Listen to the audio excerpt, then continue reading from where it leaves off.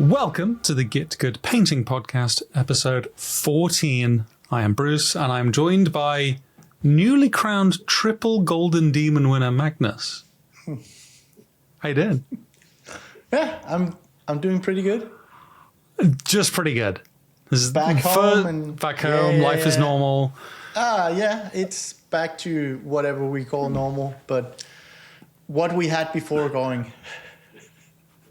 And this time, has your life changed? Obviously, you came home from Spiel with a bronze demon, and you were like, no, you weren't suddenly crowned new king of the household. Yeah. You came home with the triple bagger this time, gold, silver, bronze. I assume that now you are declared emperor within the Nielsen household. I actually didn't get home with anything. I see.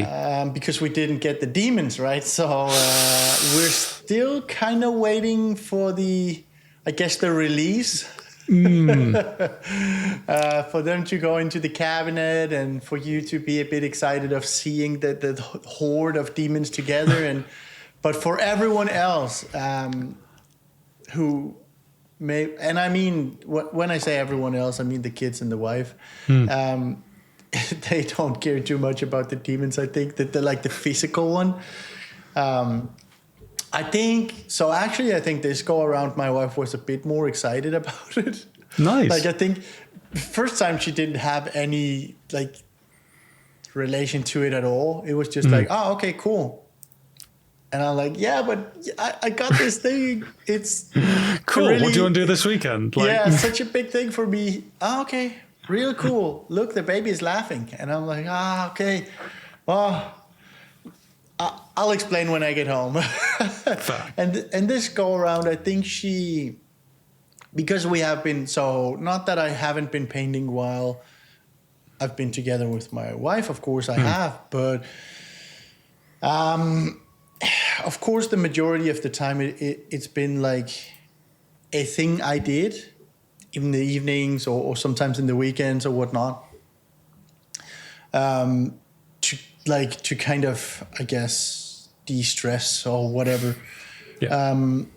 So that was kind of the relationship she had to it, where then we're coming up on a year, which means doing this thing is more of a stable, and slowly she's been, okay, cool, that's nice. Okay, so you want to travel? And first time she's like, okay, so you want to travel to this thing? Sure. Next time it's like, okay, so it's not just that, okay, you did that thing, it's over, it's done, back to normalcy. It's like, no, we do this once in a while. So I think, yeah, she can relate better now. Yeah, for sure. And I remember talking to you about this as we were kind of like walking the halls of Adepticon. You were like, it's one of those things that's very hard to talk about remotely. Yes. But I think certainly when you're with your partner and you can almost see the excitement in the eyes, it does like change that.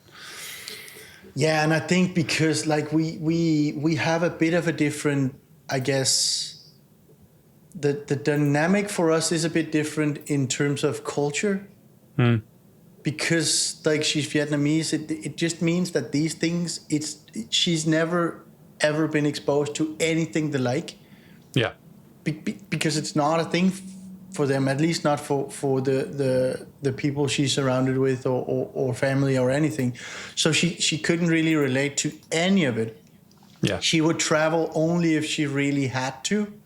Because first off, they didn't really have money for travels, but also, like, why would you? It's just going on a plane and spending a lot of time. Like, they would rather go out and eat and have a party or whatever. So it's just like, to her, it's not that meaningful because she had no exposure to anything they like. Not even like this, but can you imagine if you went to a fair or something? And she's like, no. Okay, well, imagine that you had a pet rabbit and it was really good at jumping, so you wanted to show others how good it was at jumping, and she's like, no, rabbits you eat, not for pets. And I'm like, okay, I can't really, yeah. That's it. We have no common language here, but we're going to keep trying. Yeah. I mean, has it kind of sunk in yet? Because obviously, like, I guess outside of the family, but like for you, like, I think I was kind of stunned by what I was finding out around Adepticon as I spoke to more professional painters, or I would say professionals at the top of their game. Like with Spiel, like we talked about this, it was a very crowded environment. It was very hectic. You couldn't just kind of like shoot the shit with people and get a sense of who they were, just because it was so busy and so loud and so noisy.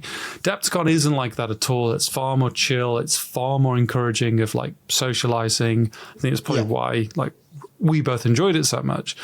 But talking to people like, I've been trying to get a demon for like 10 years, blah, blah, blah, blah. And then you're on 4 after 2. Like that does feel like a bit of a fairy tale almost. It feels almost like a bit unreal. Like it feels almost like you've cheated the system in some way, or like what happened, because it's not. I think it's a matter of coming into the game, the scene in a good time. Yeah. In terms of lots of people that are super skilled and resourceful and willing to help. Yeah.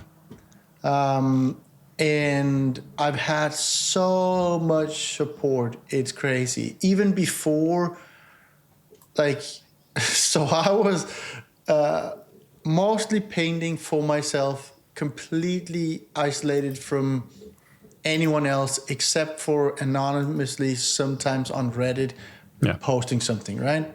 Yeah. And then kind of stepping into a community we've talked about before. Like I joined the Richard Gray one, as you did, and suddenly kind of found out, okay, so other people are interested in this and talking and blah, blah, blah. And then you find out, okay, so some of these people, they actually use their Instagrams. And I'm like, wow, really? Yeah, we do. We do. And I'm like, whoa, I thought it was only the people with like somewhere between 20 and 100,000 followers or something. Everyone else just didn't use it because it made 0 sense to me. And they were like, no, I want my 1,000 followers to see whatever I post. And I'm like, okay, well, I guess I can do that. And then, so going from nothing, like almost isolation, community, putting it out into wider audience, and every step has been filled with people who were like interested in what I painted and interested in me, I guess. Like not only, but also who I was and what I could kind of bring to the table, I guess, in every sense, right? So I think that's one of the reasons why it's kind of catapulted. And I also, I will say that I have a style that fits pretty well. Like the clean look, the detail, sharp contrast. I'm going a bit more colorful these days. Like it just, a lot of these things are good in general for Golden Demon. So it's not like, it is of course also the painting, but a lot of it is definitely like even just being able to reach out to people, because so when you start something and you almost immediately feel people like embrace it. I've said before, but I had a lot of people who were like commenting and sharing my stuff even when I had like 500 followers, and it's like, oh wow, did you see that? And sharing and commenting and helping me along. And if that is your first exposure, you think, oh, okay, cool. Everyone is just friends. So why wouldn't I reach out to a friend and say, oh, dang, I really like this one that you did the other day. Can you tell me how you did whatever? And turns out they will. Yeah. I don't think I had a single conversation where someone's like, why are you talking to me? It's like, no, exactly. Yeah, here I am. Here's my Instagram. Like, yeah. It's so lovely when you're, and again, like another point in the column of Adepticon where you can be around the cabinets and then someone will be like, oh, did you enter? Yeah, I did. Can you show me your entry? Yeah. Yeah. And you just walk and see it. And it's like, yeah. This is so cool. This is so cool because you're making the connection, you're making a friend, then you're getting to see their work in the glorious lighting that is just perfect. It shows off every detail of the piece so well. And then you can talk around that and then like see other stuff. So it was a pretty goddamn good trip, I think we can say. Yes, it really was. I quite like that almost anyone and everyone that we met and was like interacting with and this is my piece, look at it in the cabinet, almost immediately took out their phone and showed, this is what it actually looks like. Yeah, exactly. Because it's just like, well, it's not that almost everything looks like dog shit in that cabinet, so it's not like, it doesn't look out of place or anything, but you kind of want to show what it looks like. So here is it with less washed out lighting. Yeah, exactly. Yeah. Well, I mean, that you really educated me actually on the final day before we parted ways, which was very sad. It's not very nice to be like just digital again, but such is life. We'll see each other again soon. Yeah. Catch you online. Yeah. See you, buddy. MSN Messenger days. God, the glory days. Well, we were in the hotel room and you had the light and you were showing me kind of the live versus further away and it's like, it's one of those things that in principle I should know because I do understand light, I do recording, I do editing work. Like I understand what goes into recording. But until you have someone demonstrate it in front of you, and the thing that constantly trips me up is scale. Scale with miniatures means that light reacts to them very differently than it would an equivalent sized piece of the same shapes and volumes. So that was super interesting. And you begin to understand this idea of painting for the cabinets, which is a weird idea. But it doesn't seem so crazy. Not after like you showed me that, and NRM specifically mentioned it in the interview we did with him in terms of like, I was doing this very high contrasty style in a particular way that was just impossible to see in the cabinets because it was too dark. Yeah, absolutely. I think it is like, of course you need to paint something for a judge or whoever it is to look at in hand to have close. But there's definitely also a way you can paint something so that it looks good, even in maybe not the perfect lighting. So I think there is a balance you can look into and kind of, I guess, play around with in terms of how deep do you need the shadows to be actually to make them stand out. Is it too little mid-tone because it almost feels like you can run into this issue with you need high contrast, so you have your dark shadows, but you also want to push the highlights really far. Whoops, no mid-tone. Yes. It's a classic example of red, right? Where red don't look red for people because, well, they have too much shadow and too much highlight compared to the actual red. And so it is something to be mindful of. And it's, I guess for me, for like a process-driven perspective, because I'm one of those boring people that are like, can we make this a process? It's like, okay, well, actually, you can finish a painting session and then, or maybe you're midway through a painting session, and then like just have a look at the piece. Just take it out from directly under the red grass light. Yeah. Where the light is as bright as the surface of the sun, and see how it looks in other places. Maybe it looks better. Like you can then begin to kind of make some decisions around that. I guess we're gonna have a bit of like an Adepticon loving with all the GG community members that went, and so I don't want to bastardize that too much, but I do want to get a sense of like how you felt about your performance and your work, like writ large, because I think we just talk about it. We see you painting. like in the run up, and obviously like it's part of the tutorial series and all of that. And then at a certain point, it's like, right, we're going to go to a big competition. Something's going to happen. And so like I often think that we take people like yourselves and we assume that you're always like, yeah, I'm going to do well. I'm going to perform, like I'm really good at this. And we don't necessarily get into maybe the insecurities. But so how did you feel coming into it? And then how did you feel leaving it? Oh, it's such a deep one, and it's a bit. So going into it, I kind of only had Spiel to kind of have my baseline from. So I'm thinking, okay, I know I'm bringing 5 things that I think are competitive, and a 6th thing that I wanted to bring. And I was thinking, okay, so if I can do what I did at Spiel, half of them do finalists, and then have one of them convert into a demon, I would be pretty happy with that. Especially because I quite wanted to take another demon. Yeah. Because I wanted to show that it wasn't just, okay, you created one nice thing and put all your effort and now it's done and you can go back to tabletop painting. Get back, you scrub, goddamn it. You got lucky with a bastion. Yeah, so it's,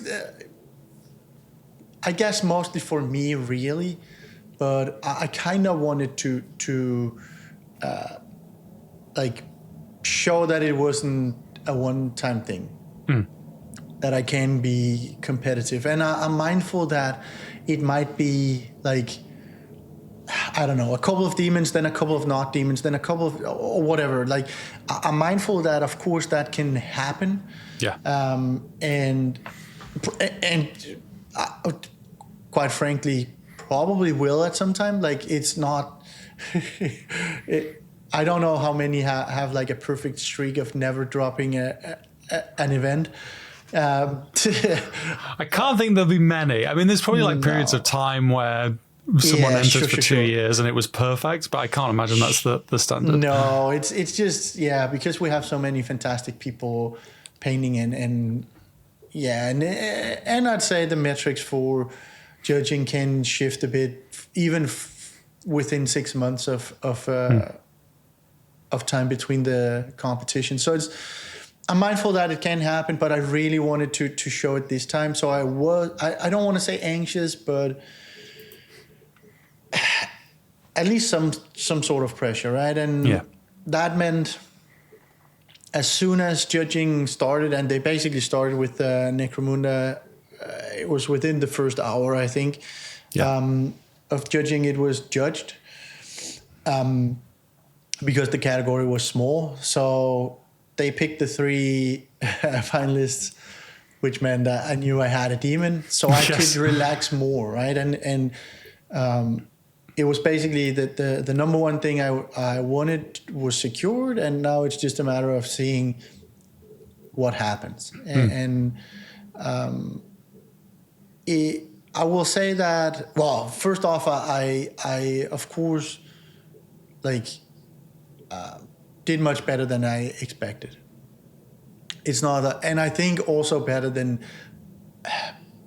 probably anyone would have expected. I mean, I had a couple of people tell me, it's probably a couple of demons in here, but Golden Demon is Golden Demon. You can never know, but I would suspect that there is at least one, if not a couple. But no one really wants to like bet on it because it'd be a brave person that did. Yeah, exactly. And it would also be like telling me this is going to happen, and then if it didn't, it would feel bad and everything. So I understand it, but but I don't think anyone really, myself included, expected to have 5 of them go finalists. So that meant I was obviously overjoyed. Yes. And very overwhelmed that then even 3 of the 5 took a demon. Really, really special. especially because I think it is harder and harder to take multiples. Yes. In the sense of like you have so many good people, it only takes 3 others to knock you out. Like it's that simple. So if you have 3 pieces that are, I don't know, better or more striking or whatever it is, like a multitude of parameters that can kind of It's the impossibility of the standard as well, because you'll see it online a lot. Like, oh, is this at the finalist level? And the answer is ultimately, it depends what comes. Yeah, it really does. Yeah. Like, all you need is like a few people that are particularly inspired that month, like a few people to really think AOS large is the place to be, and suddenly that category is very different. Yeah, exactly, 100%. And so that's why I'm like, to be able to even have the finalists convert is really special to me too. And but I will be completely honest and say it's not the ones that I thought would convert. So even in the whole like, oh, this is fantastic, couldn't have done any better. Well, of course I could have done better, but realistically I couldn't have done any better. It's basically peak of performance. Yeah, there can still be that slight like, I really wish it had been this one because, well, you and I know, and everyone close to me knows that Trugget was really special to me. Yeah, so much time, so much effort, so much heart and soul into the project. So having that one not convert and others do, even though I'm not sad about the performance, I'm so happy with it, and I like, you can still have a bit of, oh dang, I really wish it had been that one. Yes. Like so and I don't want to like hide it and say I would never feel like that, because you can feel it in the midst of all the happiness. You can feel a bit of, oh dang. Yeah, of course. And like, I guess it kind of like, it's similar to other conversations that we've had like recently in terms of, we need to get better like allowing people to share their opinion without necessarily being like, oh, you're whining, or oh, you're so, poor you. It's like, well, at the end of the day, we all like lump our heart and soul into the work that we do. And that's going to bring with it some feelings. Like maybe if you're one of those people that can switch your emotions off, you're never going to need to worry about this. But I don't think that's most people. And no. That certainly not me. No, and definitely not me. Like the Troggoth was a message from the Dark Gods, and that's obviously created like a crisis of faith in Cthulhu and others that we need to rectify. Absolutely. But it is, I think it's quite healthy to be like, I had an incredible performance, way beyond my wildest dreams, but the piece I put the most heart and soul into didn't get necessarily what I thought it would, and that's left me feeling like, maybe it doesn't leave you sad, maybe it just leaves you a little off balance. Yeah, I would say so. And it's not like I want to stress that it's not me trying to say, well, I should have won with every entry I put. Of course not. And it's not me saying, like, I would have been happy with even half of them taking, as I just said, taking a finalist and one of them taking a demon. I would have been happy with that. Yeah. So, of course, I'm overperforming massively. And I'm not saying this one should win against this one or any of that, because I believe the judges judged fairly. So it's not even, it's only on me, and it's only like we talked about it because we have community, right? Yeah. And I quite specifically said, you know what? If I wanted a demon with that piece, I should have painted it better. Yeah. That's just how it is. Like it's not like no one cheats anyone of anything. Like sure, it feels like we are competitors when we stand on the stage, but really we aren't, in the sense that you did all the competing at home on your own, solitary. Yeah. So to view it as this is not a football match. No one was on the other end of that field when you sat there and painted. Then you brought it. You're they at a weren't stage. knocking your hand like every year. No. And you're at a stage, and now it feels like, oh, these are my competitors. Well, they kind of are, but really not, because, they just did their thing too, right? And that's like we had this with the Ultramarine squad when we were talking about it. Like that was, I think, like such a valuable eye-opening experience where it's like, okay, well, Spiel got nothing because there were some core issues. Okay, fix the issues up. I'm really happy with it, and take it to Adepticon, see how it does. And it got notable. And initially I was a bit like, man, I would have loved it to get commended. I would have loved it to go a notch above. And there was that feeling of like, you've got something and not wanting to feel bad about it. And then you and I it was the morning, wasn't it? We'd gone there film in the morning. Yeah. And you were like 6:30 or something. Yeah. Stupid time. Let's look at what got what. And it's like, well, as soon as you put it in that context, it's entirely different kettle of fish. And I began to understand that for a lot of people, for the people that are competing at Golden Demon, these squads cannot be a 60-day project, which is ultimately what the Ultramarines kind of were. They were, some cases, multi-year projects. Some cases, this is like at least 6 months worth of work, and you see the compositional work, you see the level of care and craft and detail, certainly in the basing, but another stuff is like, oh no, Notable's super good. Actually, as soon as you begin to understand, it's like, okay, if you wanted it commended, you should have done it better. And better is often time. Sometimes better is skill ceiling. Sometimes better is the core concept.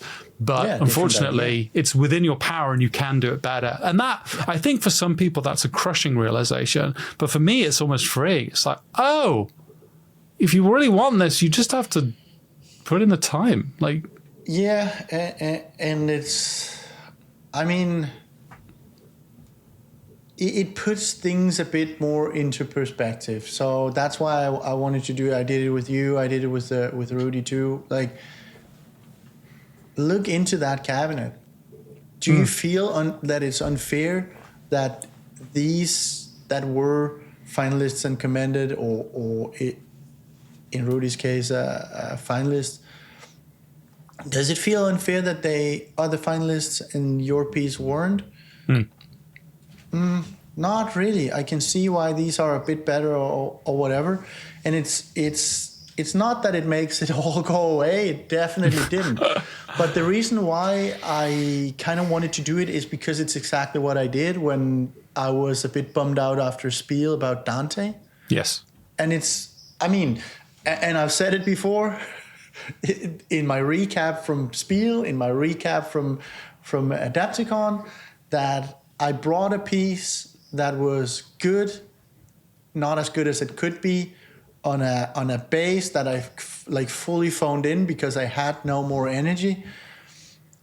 So it's not on the judges, it's not on the other winning pieces, it's only on me. And I realized that when I then got a pin, I'm happy with it getting a pin, of course, but I had hoped for it to be one of the 9 commendeds. Let's look at the commendeds, and I'm looking at it and I'm thinking, realistically, it's not beating any of those because they are just a slight bit better, all of them. Not only the demons, but also the others. And it kind of helped me a bit in the sense of maybe it lessened the blow a bit. And it also kind of put it into perspective in terms of, okay, so what is it that I need to do? Yes. You can look at other things and be inspired and stuff like that, right? I think it does for me become a really motivational thing, because if you can look at the pieces above you and see why they're above you, then it becomes a question of, well, just implement that. If it's a case of just do it. Just do it. If you know it. But I think for some people, it's not knowing that's the scary thing. Oh, how the hell do I get to finalist level now? Well, if you can't see the difference, you can't know what you need to work on. If you can see the difference, or if you can have someone sit with you and explain the difference, that then changes that rubric incredibly. I think in a productive way. I think in a very self-affirming way. I do understand why people do feel like a degree of time pressure because there's 2 of these a year. There's 2 golden demons a year. Yeah. It's like if it's not many times to roll the dice, and by painting something beautiful, you stack the odds in your favor, but you're still rolling the dice because you don't know what other people are bringing. No. You don't know what the judges are particularly looking for. There's a lot of like question marks. So I understand why people who chase a demon can feel themselves demoralized, maybe is the best way. And I think so. Talking to that just briefly, it's also like you have these 6 months, and there's no doubt about it that. So I brought 4 pieces to Spiel, and I'd say 3 of them were like the ones I felt were the competitive pieces, and then I brought one for open, which did well, but it wasn't the one I'm banking on. I was banking on. And then I brought 6 pieces here, where 5 of them were the competitive ones and the one that I wanted to bring. I don't think it's realistic to keep that up. Like you can do that for so long, but at some point, of course you kind of raise the odds a bit. Like if you paint something beautiful and put it into a category, inevitably some of them will be a bit softer, some of them will be a bit stronger. In some of them, they're looking maybe more for what you brought than others, so on and so forth. So you are kind of giving yourself the better odds. And I would say that unless you can kind of perfect something in almost like an Albert sense of perfecting something, but if I could spend all my time on one project and I knew my very best would beat everyone else, sure I would. Yeah. But I'm not too sure about that. Yes. So even if I spend 7 months, one single project, nothing else, laser focus, I'm still like, well, I'm hoping to get a demon for it, right? Yeah. So that's why I kind of split my attention to different kind of projects, and it's not like I phoned them in or anything. No. But maybe I could have gone like 2-3% more on some of them or whatever. But it's just to say that 6 entries is probably unlikely. If you want to go to, like it's one. I'm cracking the whip. Come on. It's just one demon piece a month. Yep. 12 months a year. Yeah, it is unlikely to be able, and I think that's what others feel too, right? You want to have the idea, so you want to bring something that is exciting and something you were excited about. Yeah. And you want to spend the time that the project needs. Sometimes that's 80 hours. Sometimes it's 280 hours. Yeah. It depends. Yeah. So finding the time and the energy within everything else. Oh boy. Come on, chop chop. Just get it done. Yeah. Okay, I don't want to bastardize too much of the further Adepticon talk. So I think the next one is hearing the thoughts and emotions from some of the others in particular, right? Yeah. So we will. We are hopefully recording that tomorrow. This may be a super long podcast episode where I shall cut in all of those thoughts. And this is editing Bruce now speaking. He's like, I'm probably going to do it now. So this is going to be the Adepticon front load. We're going to go in. Hopefully you'll start hearing my voice talk in a few moments with the guys. But then we'll come back to reality here. Right. This is the second part of the podcast, the weird recording. I am diving into it. If you're listening, welcome, because we are joined by 3 members of the GitGud community. We have Rob, Rudy, and Nathan. Gentlemen, how are you doing? Doing good, man. How are you? This is it. Right now, I'm in this weird situation of we're joined by 2 more Golden Demon winners, and Rudy, the Golden Demon winner of my heart, which I think is the most coveted prize.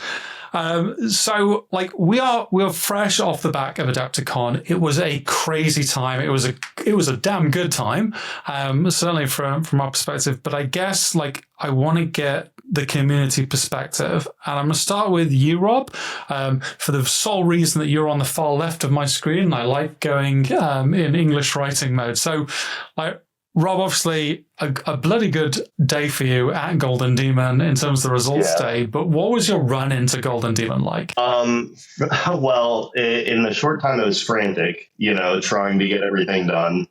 I was so worried about building up texture on the paint job that I was working in glazes for like far too long before finally I was getting like, hey man, you have to get this painted.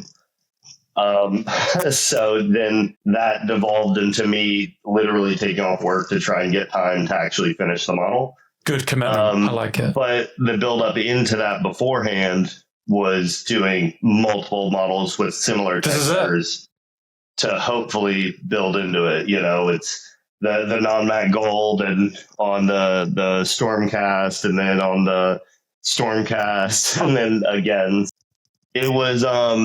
It was calculated, but somehow still very haphazard. But I was really happy with the result, obviously. Yeah, I guess like an open question, but maybe it's a stupid question because if you could do it any other way, that obviously pulls the result into question. But if you could change one thing, would you, or actually just happy with how everything panned out at the end? I'm gonna keep going. Rob's connection's fucked. That's fine. Rob, you're back. That's it. It's fine. It was a simple question in terms of if you could change anything, would you, in terms of that run-in? Purely because the result, obviously, no. I'm very, very happy with the result. But if I'm being critical of self, I think I could have streamlined my process a lot better. Again, being so worried about building up textures, I was working way too thin for too long and not making the progress that I should have. And I think through like the pigment separating, because it was so thin, I actually worked against myself texture wise. And then I think having allowed myself more time would have been nice to touch on a lot of the little things that weren't necessarily like, they weren't perfect because I ran out of time, but they felt good enough. Like the hairs specifically, when I look at the model, that's the one thing that I'm like, I kind of scuffed the volumes and whatnot, but it felt good enough. Being able to go back and know that it was perfect for my skill set would have been nice, but ultimately I'm not going to complain from the winning circle. I was really happy with the result. I mean, that's a hot newsflash. Man that won a demon is not going to complain about the result. I like it. Yeah. Okay, Rudy, what about you? You seem to kind of come out with a fire from your belly from Nova and were like, I'm going to really devote a lot of time to something. And you took the lunatic route of a squad.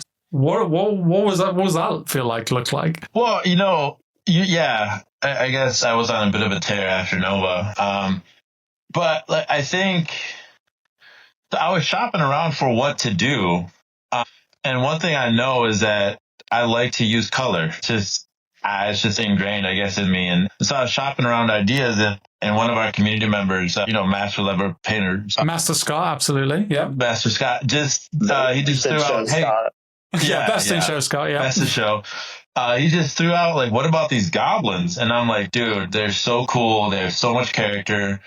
So I started in September and steadily worked my way through. I always felt somewhat crunched for time to the point where I think, so Adepticon was end of March. I think by the time I was done, I had like a month left. So loads of time. Don't worry about it. Yeah. And basing is not my strength. And so I had that month to kind of bounce ideas around and then and honestly, by that time, I was so burned out on painting green skin and paint, like, because they're tiny models and just being zoomed in on these tiny little dudes. I just wanted to be done with it. And I think, and I'm not, this is not making excuses. It's just like, I just got to a point where I was like, I cannot work on this project anymore because that's the only thing I was working on. And so I did what I could with the bases. But yeah, I mean, basically that last month, I was shopping around ideas and feedback, kind of half-heartedly. And then I just kind of worked on the bases. And my plinth was also, so I had the longer plinth with the 3 little stacks. And so some sculpting and some sort of problem solving went into making that look halfway decent, which was, I didn't anticipate that. So yeah, that was sort of my run up. Started out really strong, had a lot of fun painting, thought I was going to run out of time, and then I finished super early. And then I just put them in the case and just said, all right, that's it, I'm done. So I'm done, I'm ready. Like, yeah. I guess like you've spoken like a bit honestly about like the stuff that you would change and maybe some of your frustrations with how it panned out.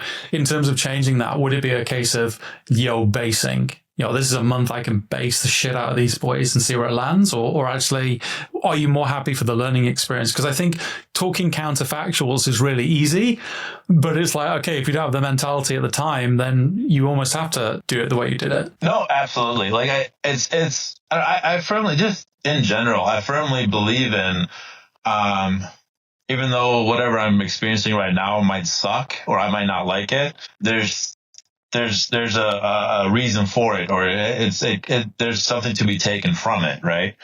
That's not just in miniature painting, that's just in general. So I'm very happy. Like I met my goal, I got commended and notable, which I didn't think that was going to do anything, my Scrivener. But I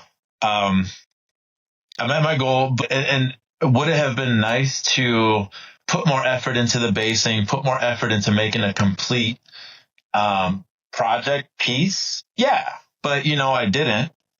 And honestly, I think I'm coming out better for it, because since then it's been a lot different. Yeah, it's kind of like wild that that you can hit what to many people is an insanely high level and still have something that you can work on really easily to push you, to bump you that level above. Like that is quite a almost a motivating factor of like, hey, yeah, you got to this level without even addressing this. You're gonna hit this, and then Lord knows what can happen. So moving to you then, Nathan, like there's a big question I want to ask, which is like, big fucking model. What the hell made you decide to do that? But it has to be within the broad. So obviously you had your AOS large, your Blood Bowl piece, and your Lord of the Rings piece, Middle Earth. Don't come at me, New Line. Like, what was the order of those? Because obviously they were all painted for Golden Demon. They were all shit hot. Like. And then also, why a large model? I have to know because they scare me so much. Never done one before. I've always been frightened to attempt large models simply because the amount of time that needs in the surface area of the miniature as well is really difficult to work with. And then there's the handling of it whilst painting, which is also difficult to work with. Just when the miniature was announced by GW, I sort of fell in love with it, but I didn't like the fact it was part of the Stormcast faction. So I really wanted to make it unique and bring it into the Cities of Sigmar line. And then I had to wait another 2 months until the head of the character was for Old World. And then I didn't realise he didn't come with a button jaw, so I had to sculpt all that on. Oh, Jesus Christ. I didn't know that. I didn't know that either. I was trying to figure out where the head was, or like where it was from. It's an OG, turns out. Yeah.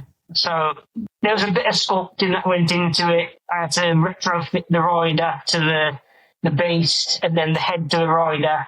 Then I had to make his hand hold the rein. And what really I thought would have been a simple kit ended up being a 3-month project, not including sculpting and assembly. But what saved time was the actual Middle-earth entry, because that was a re-entry from Essen. Right, It did quite well at Essen, but I felt it could have done better with a bit of work. So I rebased it, touched up some areas and re-entered it, and it still did okay as I wanted it to do.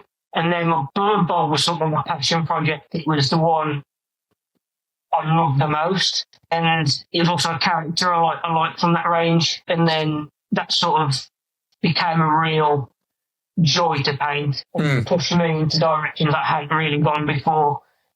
Textures, use of paints depending on the texture, contrast, and then basing as well. I mean, I'm useless at basing completely. I mean, my stuff's getting out of so many holes.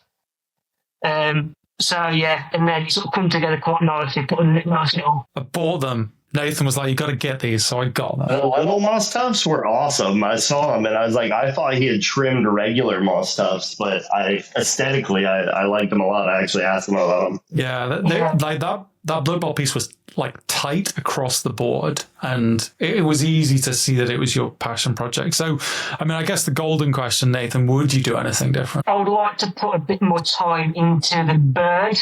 It turned out as I wanted it, but I wasn't started off as a passion project, really became something I was ready to paint. I was getting feedback from various established painters into the work going into it, and they were all saying, do this. I really wanted to, but it became very, very laborious as fast as that stage where I just want to get this one finished. And that's sort of daunting with large scale, is the surface area takes up a lot of time.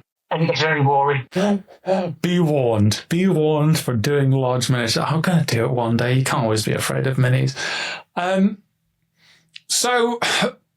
So all the work is put in, and we get to Adepticon itself. It was my first time. It wasn't yours, Nathan, was it? Or was it your first time? It was my first. Okay. So I guess, like, general question, how was the Adepticon experience? Rob, I'll ping to you again. Like, how was that? Like, whether it was, like, any moments that stand out, and anything, like, part of the event that you loved? Obviously, I think you and Rudy did a lot of lessons. Like, how was that for you?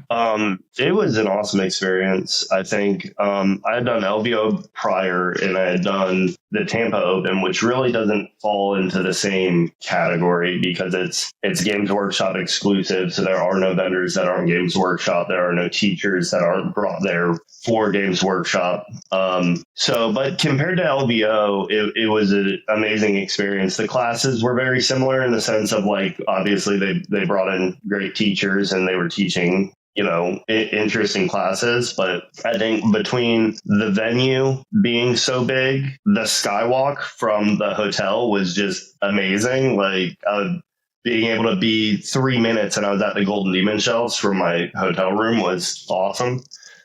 And obviously, like, being able to meet the whole community, it was a different feeling for me because, like, at LVO, I was so nervous to even go talk to somebody that I recognized because I didn't quite feel like I had my comfort in the hobby space. You know, I felt a bit outside of it still.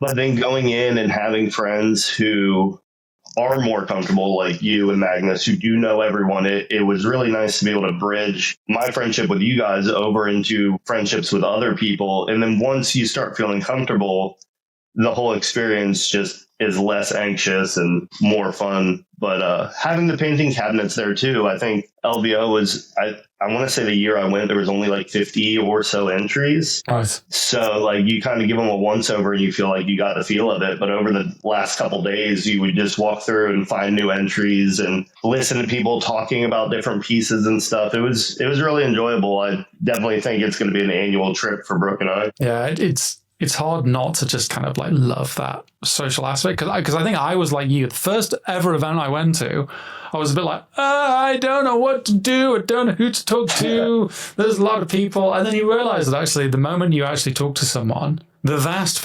majority of people are just super hyped to talk about their hobby, their passion, because it is like a really isolating hobby sometimes. And suddenly you get to speak to people who have these same, like, these same hobbies, these same joys, and it is, it's very tempting to make it a regular on the scene. Rudy, what about you in terms of, like, your adapting, because you're also helping out, like, you have a slightly different perspective to us. So I was going to get to that, but, like, the part that Rob talked about where, like, my first event, my first con I went to was Nova last year. And it's like my social etiquette was so garbage that my way to introduce myself was, hey, I'm Rudy. I have an entry in the cabinets. Can you please give me feedback? And like, I just like, got in there with that stuff. And, it was so much different at Adepticon because, like that comfort zone. And then you kind of, like, I didn't feel that pressure to make conversation with people. It just sort of happened. And, so it was way, and I think that's just the difference from first to second, convention. But, so, part of it for me was, I was helping out, I was there with the game creator, and so I was helping out at their booth, and I was just sitting there painting, which I thought that was going to be a chore to get in the way of all the fun I want to have. But it was really cool because I found out the guys. There's this whole backstory behind the game, and the people that came up to the booth used to play the game in the 90s, and so it's been revamped. And so, I've just got to learn about this game, and people would come up and just chat, and people were so kind and considerate. They're like, I don't want to bother you, but like, why are you doing this with the miniature and holding your brush like that? And so it was really neat. And that was actually one of my favorite parts, was sitting and hanging out at the booth. And the classes, I only took one class. And unfortunately, I had to sit next to a giant asshole. I'm kidding. I sat next to Rob, which is fun. It was fun to share a class with somebody. The one thing I'll say, I took classes at Nova too. And this is not like a slam, but I was surprised that at Adepticon they didn't have hobby lamps in the classes, and the wet palettes were really just like a plate with a paper towel and a thing on top of it. And so that part I was kind of like, you guys could have maybe done this a little bit differently, but some of them had actual wet palettes. Like I took Kaha's class, and she had like an actual wet palette, but several of the ones that I took were what you said, paper towels on a plate that would just wet. Yeah. But I mean, overall though, like the class that I did take was really cool. The meeting at the cabinets was just, it was like I get up in the morning, I go get a coffee and get ready, and then I go just hang out by the cabinets and run into people. I kind of lurk around my piece to see if anybody's like saying how cool it is. Nice. No, it was everything that Rob said for sure. And just the added part of like helping out was really kind of filling my bucket up. It was really neat. I must admit, I don't do it for my own minis, because I obviously just hear a guy telling me my minis are fucking boring when they're looking at the cabinets. What a moment that was. When I'm watching people who get near people I know that have put stuff in, like it happened a few times, often because Rob, your Eldon was on the corner, so it was always an easy thing for me to know when someone was going to look at it. And I was like, what are they going to say? But I remember walking past when Rudy, your squad was getting like G'd up, and I was like, yes, this is fun. And like people are like, the eyes, the skin. It's just that breathes life into me, because I think often we paint things and you don't know the effects it has, and then suddenly you see someone like talking about it. It's like, oh shit, I did that. Like, I just thought other artists did that for other people, but no, it turns out your own work can stimulate that. The funny part about that was actually the whole time I lurked around my pieces, I never even seen anybody look at them. So when you told me, like, you heard somebody talk about my piece, I was like, all right, cool, it is happening. Yeah, it's not just in your head. Don't worry about it.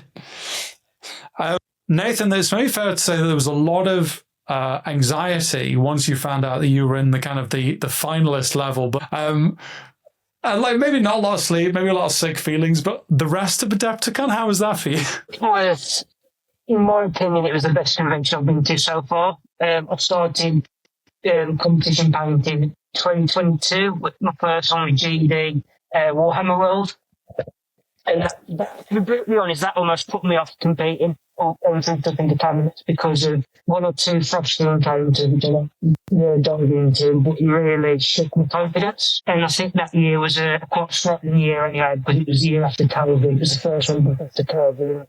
the Chris Clayton and Sofa turning up. Yeah. So, you know everything's just going over at that point anyway. Yeah. Adepticon for me was probably the best. It is the best one I've been to. In terms of the social aspect, you taught me everything you said. You've got the freedom and the ability to approach a lot of people you want to use and be confident to approach. I use Esther as the example, that was there last year. And you couldn't speak to him or approach him to have a serious conversation simply because of the volume of people, the noise, and the level of people who he was attracting to want to speak to him in life. So this was quite a refreshing. It's more the social than it was the actual competition for me this year. But for me, I went through to America simply for the comp, and the cake was the actual meeting everyone yourselves, getting to know everyone, getting confidence to introduce myself to everyone. And not only that, everything else was sort of just a cherry on top of that. Including a nice statue that will one day be delivered, we hope. Fingers crossed across the board. I got an email today. They're still not shipped yet. So still not shipped. Jesus. They're meant to be engraving them, aren't they, for you guys? That'd be cool. That's what Mag said to me. I mean, I'll just be happy when they arrive in your cabinets. How about that? So leading question then, like, was there anything that caught your eye? Because we talk about getting to the cabinets. There's obviously a sense when stuff comes in. There's the moment where everyone's talking about the great rat-off and things like that. Was there a piece that either you weren't expecting and loved, or just you were expecting to come and it was everything that you expected? Rob, I know you were watching Middle-earth like a hawk, but how did you feel about some of the work that you saw? Obviously, outside of like the bias of all my friends and my own entries, I think Andy's diorama piece stood out to me immediately. I don't know if it was because it was the only one that wasn't the implication of fighting or some kind of thing. It was just great storytelling, everything from the plinth working into the roots under the tree to the muted colors to everything. It was really stood out as one of my favorite pieces early on. Because I was hanging around the Middle-earth cabinet so much, Fenric Studios' entry, his Ceramon, was fantastic. I got to hold it in hand afterwards, and it was absolutely stunning. And then probably the piece that I kind of breezed past the first couple times between like trying to navigate the crowd and not like get in too close or get out of people's ways or whatever. The Night Lord that did well was fantastic. And it wasn't until it had won and I could see it on the screen that I was like, oh, there was a lot of detail in that I had just somehow glazed by. But that's turned into one of my favorite entries. It was incredible. And like so moody because I think I was in the same boat. Like you'd seen a few photos, like I think I had in the run up, and then I was staring at it in the cabinets. Yeah. And then when those when the finalists or the winners' photos go online on Games Workshop, I know the GW photographer gets a lot of stick, but they capture all the detail that you can see, and suddenly like, there's so much going on in this piece. Yeah, the I think the thing he's standing on looks like the nose to a Drakari ship. Brooke plays Drakari, so I thought I recognized that, and then I started looking at. Really, it was like a masterclass of how to showcase a model with a base. It's like it has it elevated with nothing underneath. There's just a thing to look at because it was coming from the side. There was so much interest in that spot. And then going in, the lightning claws, all of it was just fantastic. But it was almost so refined that it was easy to kind of just breeze past it unless you got good and close to it. But that was definitely one of my favorite entries. Rooney, what about you? So I'm terrible with names and who did what, but, and when I look at miniatures, it's much more like what is the feel of it? I'm terrible at breaking it down as far as like all that stuff, but along with Rob, Andy Wardle's piece was just, it really stood out. It was softer. It evoked an emotion of like tenderness and like a moment captured. And that to me that spoke to me a lot. And I loved how he did that. I mean, from color choice down to like the posing and everything was just really, really beautiful. The other one was Kibo Ram's Orc. I actually just like breezed over it the first few times, and then I think Bruce, you pointed that out, and I was like, oh wow, like that's dope. You know, just the face, everything, the orc skin, everything on it is just like so. I don't know. I just really, really, really loved it. And then the last one for me that I can think of was, and I don't know who did it. I need to do better about that. But it was the Rat Squad. That it was 4 of them. They were posed so dynamically. The base was simple, but they really. I think there was a resin pour involved, but you can tell they really put in time and effort to make it look as a completed piece, painted very beautifully. And that was another one that I just glanced over. And then I think the third time through the cabinets, I was like, oh wow, the pose is cool. And then you kind of zoom in and you're like, oh dude, it's really nicely painted and well put together and thought out very nicely. And, like they're about to like run up the sewers and go mess some people up. And I just love that about it. So yeah. Good, strong selections. Nathan, what I mean, actually, just jumping back on the T-bar piece, like for me, because we were having a discussion the other day about like rendering, like what does rendering mean? And it's like, okay, well, it's making the material look like the material. And T-bar's just like, yeah, I'm gonna show you motherfuckers how it's done. Like, yeah, you said it. Like you want perfectly weathered metal, it is here. Like you want amazing skin, like there was certainly a lot to salivate, which is like, it's a stylistic thing, but also just to see it rendered so beautifully was amazing. I felt the same way. The beat up non-matte was rendered perfectly, and the face was rendered so well that in the less than ideal lighting for the cabinets, I couldn't see it initially, but I saw it on Instagram, and then I zoomed and I was like looking at it, and then I'm like looking at it, and I'm like, oh, you can, like, if you know what you're looking for, even in the poor lighting, it really was rendered, I mean, to the 10th degree. It was amazing. Yeah. Nathan, what about you? For me, I've really seen twice now Aaron Clark's Lord Emissary. I mean, it's a very breathtaking and very striking colour scheme. I mean, I think it's High Fleet Behemoth is the faction. I mean, it's such a very powerful palette anyway. And then to do a resin pour and then acid effect on the resin pour was very, you can't even see it from the golden angle. I mean, from every other angle, there's a lot going on.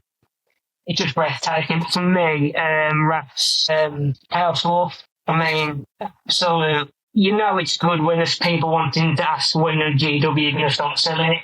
Yes.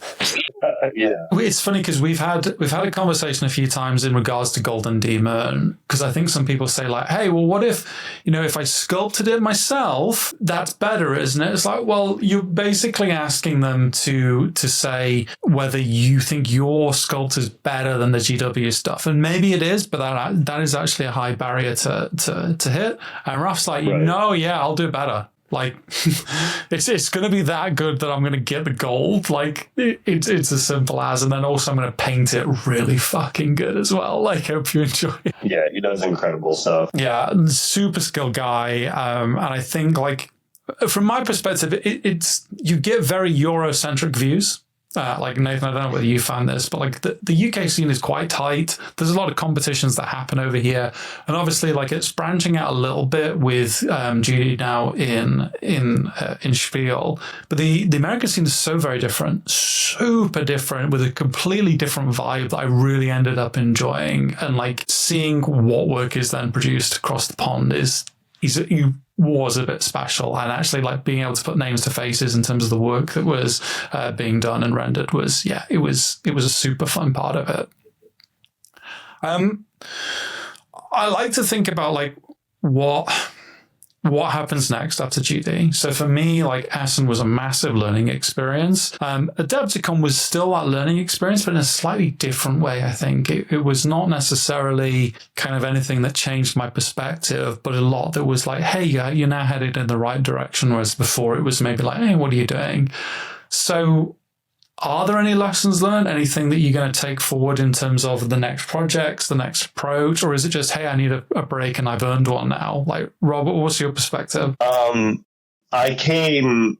went to Adepticon thinking, okay, I'm going to need a break because my white knuckle approach to just throw myself into a project and stay on it.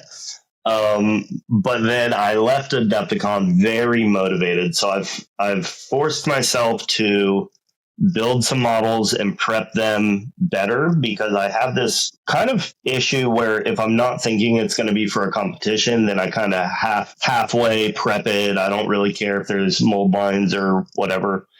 I took the time to really take some things that I might find inspiring, prep them appropriately, give myself a little bit of time away from the paintbrush. But then, Brooke, my wife, has a Yunari army. So I've been painting Eldar for her, just like a tabletop plus standard to kind of stay with the motivation and the brush skills. Keep that brush control in. Yeah, I like it. Yeah, exactly. But I'm excited. I think between PTO from work, I won't be able to do steel or anything like that because I did take a lot of time off.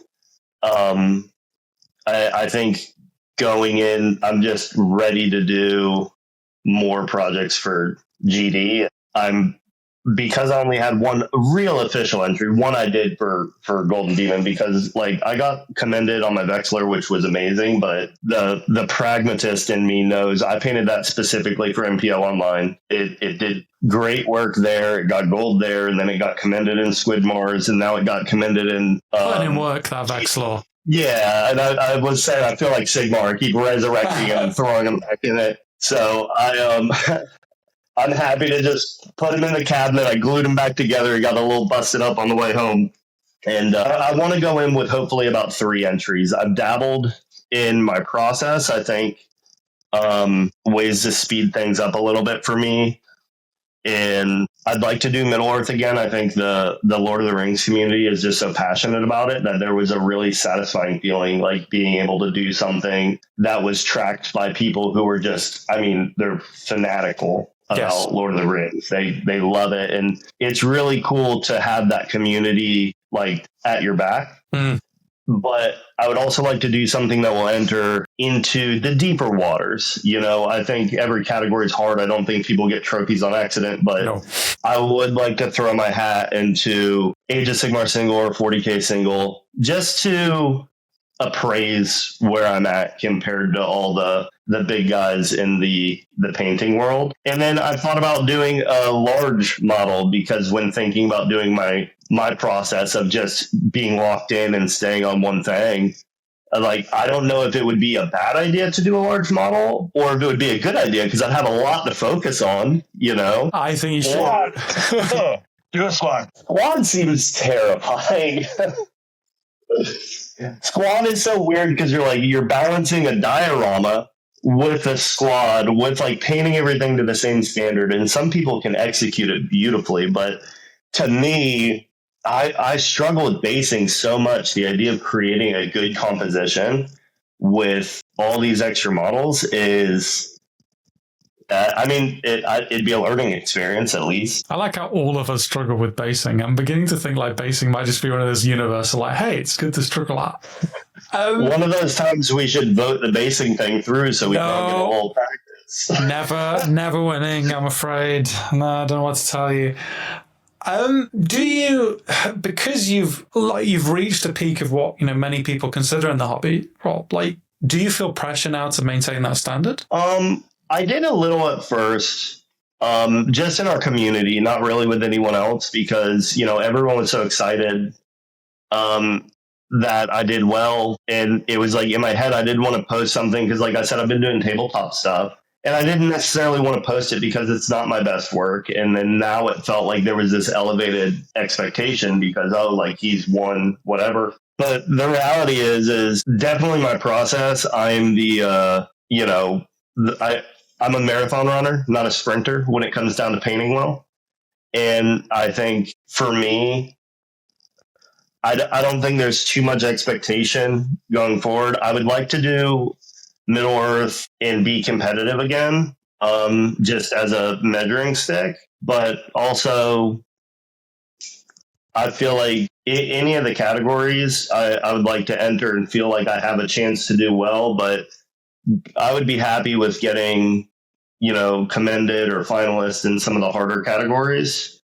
And we'll see. I haven't really thought too much about the goals of all of it. I'm just thrilled, and I want to adjust my mindset a little bit from doing something that I think can do well, like statistically, to doing something that when I sit down, I just want to do something really nice, and hopefully people enjoy seeing it. Yeah.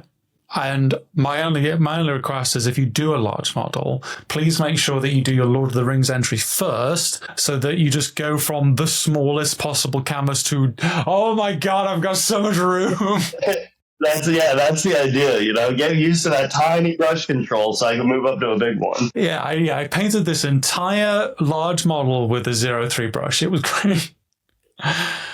Rudy, what about you? What's your post Adepticon learnings? Dude, there's been a lot of like reflection, mental approach. So I mean, just a couple of things. Like, first of all, to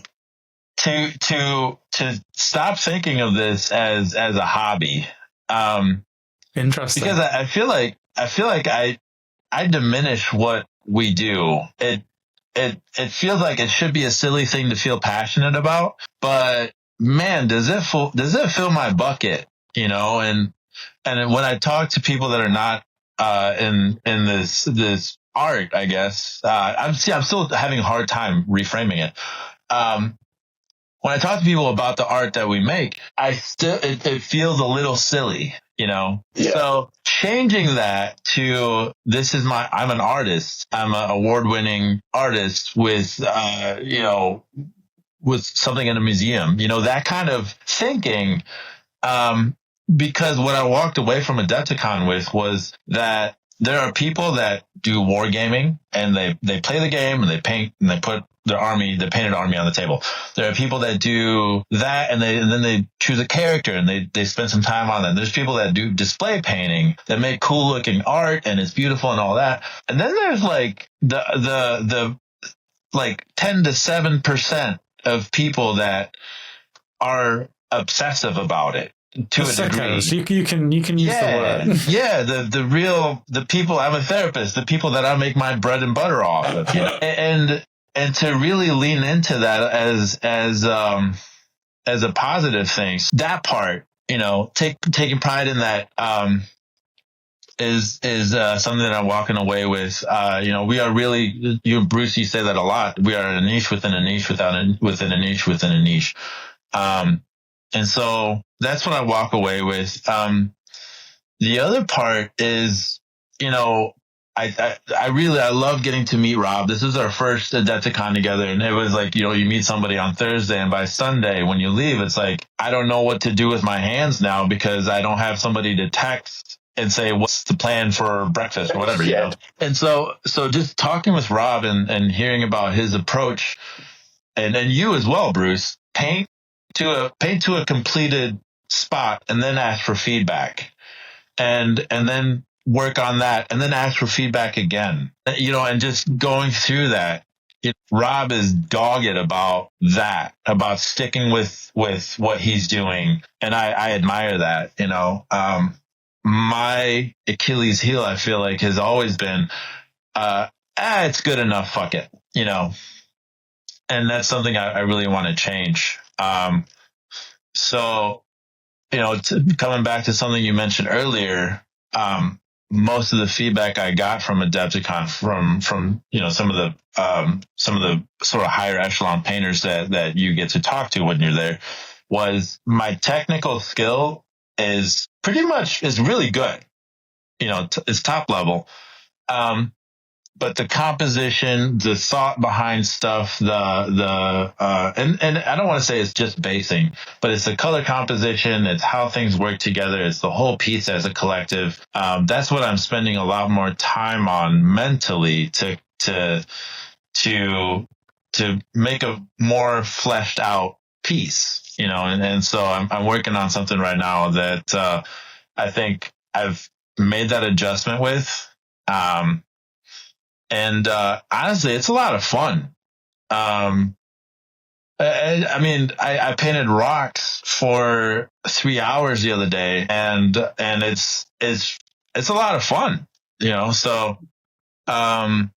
So yeah, there's so many stuff that I walked away with that I'm like, these are sort of not, it doesn't have to do with putting paint on the miniature. It's more how do I approach it? How do I approach feedback? One other thing is that I'm still committed to is not posting whips constantly in the community. What I love about it, and I spoke a little bit about this, what I love about that was it sort of became just an experiment. And what it became is I start not getting that external validation. So what it does for me is I start to really lean into the decisions I'm making as far as what my own art. Yes. And to not post it. And then later on, I can ask Magnus or some guys that are a small circle for, hey, here it is. What do you think? Pick it apart. And I want to make a good looking piece. And so it's developing me as an artist. So, yeah. I think it comes to what you were saying about like understanding that it is a discipline. It is an artistic thing. Like I really liked what you said before about like, I'm an artist with pieces in a museum. I'm an award-winning artist, pieces in a museum is not a thing that many people in this world can say. Exactly. And when artists talk about their process, it's why you can almost say, well, actually, I was throwing stuff together and I'm hitting quite a high level. What if I actually have a process? What if I ask myself some of the questions that we don't ask ourselves when we're in our comfort mode? And where will that then take me? And that seems to be quite a metamorphosis. I was really impressed by the way that you described like what the whip thing does for you and therefore what taking it away has done. And I think even better than I've been able to put in words, like, yeah, it's fully your own then. Like, there will be a point for feedback. There will be a point for improvement. But until then, you can make the decisions. You can own the art. And then it becomes something that you can share with the world. It becomes a slightly different rubric of, hey, I painted this finger. What do you guys think? Yeah. As a perpetual people pleaser, it's very uncomfortable. Though. Yeah. It really is. So, yeah. What about you then, Nathan? Like multiple finalists. A demon winner. What are you taking away? Because I know at the start you were like, well, you weren't necessarily sure that you said it. I think you said it to me like, this could be my last golden demon. Like, where are you looking at with the future? Yeah, I need to completely reassess. I mean, we're just going into cricket season here in the UK, and I'm already missing one or two key events in that. Simply got to give my hand or my finger a chance to heal. And I've been speaking to my family about it. I've got to make a serious decision whether which hobby is going to outweigh the other. I'm taking a lot more enjoyment at the moment off the back of Adepticon through the painting. I mean, I'm assessing what pretty much is a solo hobby. We spend so much time in a room by ourselves versus a team sport. Very different dynamics, yeah. It's a big question I've got to ask. Adepticon, for me, is completely game-changing because of the social aspect. I'm quite a nervous person anyway by nature. I mean, to speak to people and try and introduce myself was a big thing. I really struggled and I felt I didn't really, do you know what I mean? Try and make friends for the first time. Super hard. That for me was a bigger step forward than the actual painting side of it. The painting Interesting. was...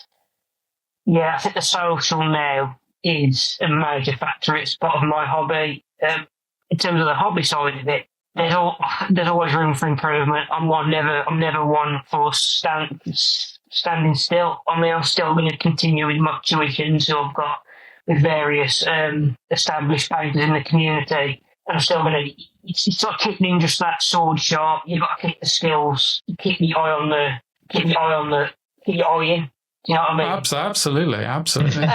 But I've got to take a bit of time off. Anyways, whilst in the meantime, I'm just planning for Essen. I'm that kind of person who'll plan years in advance with 20 projects and finish one. Little sicko, I like it. Do you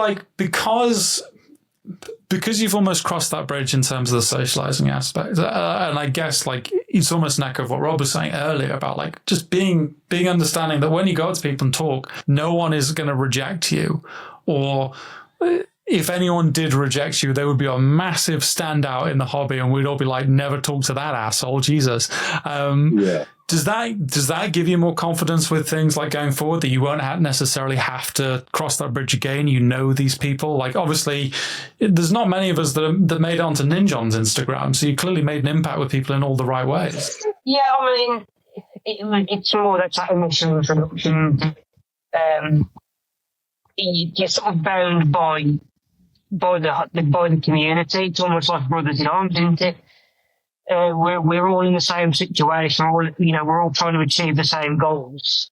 It's only when you connect on that level, really. Do you know what I mean? Absolutely, very well. No, it's very easy to understand. It's very easy to think you have an idea of someone via their persona, whether their persona is something that exists on Instagram, whether it's the persona that you see in a Discord, whether it's the persona that you see through YouTube or anything like that. And then you meet them in person, and either they're one-to-one or they're not at all. And that, once you build that understanding, it does change so much in future. And for me, it makes it so much better and so much warmer, because I know you now. Let's talk about this. Hey, can you do me some feedback? Because we've spoken, because you've seen my work in person. You have an understanding that people don't, which I think gives me a lot of, for me, it's the lifeblood of the hobby. That is a very solitary hobby, and making connections that can last a lifetime within it are really, really quite special. Mindful of time, I have one final question for you all, and it's because I'm seeing it a lot, is people have seen the success in our community of Adepticon and they want to throw their hat in the ring for Spiel. I think a lot of people are kind of looking at entering Golden Demon for the first time. So from all of you, what's your one bit of advice? And if you steal each other's advice, it's fine. I'm not going to hold anyone to it. But if you could say one thing that would, whether it's, hey, keep your expectations in check, or paint your ass off, what would it be? Robert, I'm going to start with you. I would say definitely try and do your best work. So regardless of where you place, you know that you brought your best. But ultimately, as somebody who got a trophy, even now, well, not technically have a trophy yet, but a metaphorical trophy, that even now, the validation from the trophy is nice, but it's not anything that I wasn't getting from the community afterwards or beforehand anyway. It doesn't make you a better painter. You're still the same person who went in. And for me, Magnus had said it a bunch, but when you don't have that golden demon, it doesn't hit the same. But he's absolutely correct in the fact that having my peers see my work, people that can empathize with the fact that I put hundreds of hours into something and flesh something out, was way more important to me than getting the, ceramic or whatever trophy it is. So definitely paint for something you love and do the best you can. And irregardless of wherever you place, the validation is going to come from your peers regardless. That's what the trophy is. It's a representation of a small group of peers saying, hey, you did a good job. So just keep that in mind when you approach it. Nice. I really like that. Rudy, what about you? Yeah, Rob kind of took the words out of my mouth, but to that same point, I think what I tried to do and what I think I really liked about my experience was I focused on, not on the results, but I focused on really, like Rob said, I painted something that I was proud of, that I felt good about. I put everything I could into that piece. Looking back, I know I said looking back at it, I could have done the basing and the composition differently, but you know what? I'm fine with what I did as I did it. I even thought about not changing it and re-entering it just because this was a milestone in my journey. So yeah, don't do it for that trophy, or for that reward. Do it because you're an artist and make something that you can be proud of, regardless of how it does at a competition. So that's sort of my goal moving forward. Is like, I think a long time ago, like a few months ago, Bruce, you asked me what is my goal for getting tuition and doing better, and I said I just want to make art. And you were like, oh, that's a lofty, good goal. And at the time, I didn't think about competition painting. I didn't know the difference between display painting, competition, all that stuff. And I think I'm just now realizing what I said back then. Because everything I do now, I want to kind of do to that level of making something cool that I really, really like. If that's tabletop plus standard, if it's a golden demon entry, winning entry, whatever, I want to make something that I really, really like and really, really am proud of. So I guess that, if that makes any sense, that's what I would tell people. Yeah. I think it makes perfect sense in terms of, like, ultimately the first judge that you have to impress is yourself. And if you've not done that, like, that gives you the cue you need to rework a piece. And if you have done that, that's something you can take forward no matter what the result is. That's kind of. If you haven't done something that you're going to love, then your first critic is going to be yourself. You're going to be disappointed in what you have either way. Yeah. You know? If you hate a piece, other people may not like it too, and that shouldn't necessarily be a shock to you. Nathan, what about you? What's your singular bit of advice? I think Rudy and Rob have both pretty much said it. I mean, it's a hobby at the end of the day. Aside from the high end professional side of it, say 90% of this niche is people it's your hobby. I'll use what my old coach said to me. He said, if you're not paid to do it, you got to do it because you enjoy it. And it's like if that's either the process of getting paint on the figures, if that's the end result, if it's the social side of it, there's got to be an aspect of it which you enjoy the most. I mean, you might take entry in a competition to find that, whether it's the social side or the thrill of just being there and your hat's in the ring. You got squeaky bum when it comes to the judging. Yeah, if you're not getting nervous when that stuff gets taken away and put back out, I want you to reconsider what you're doing. Oh, God. That's a bit of advice I'll give people going forward. Don't schedule a class. No. Minis. You motherfucker. Rudy and I went to Tebow's non-mat class as they were pulling the Lord of the Rings models back. And then all the guys and my wife had to sit there and wait, knowing the results, while me and Rudy had resolved not to check our phones, not to see anything. Bruce is making sure no one's saying anything on the Discord, so we could just walk back in, just like I said, we're just going to walk through the dark together. We're going to see how it goes. Yeah. That was something. We were in full lockdown mode. We were like, no one say anything. We know the results. Go in the Discord. We're not going to say them. Everyone shut up. When Rob's out of his class, we will talk about it. And then while you were in that class and while we were at the bar, Mr. Albert Moretto Font slammed on the Discord. Hey, Rob, guys. Like, I had to delete it.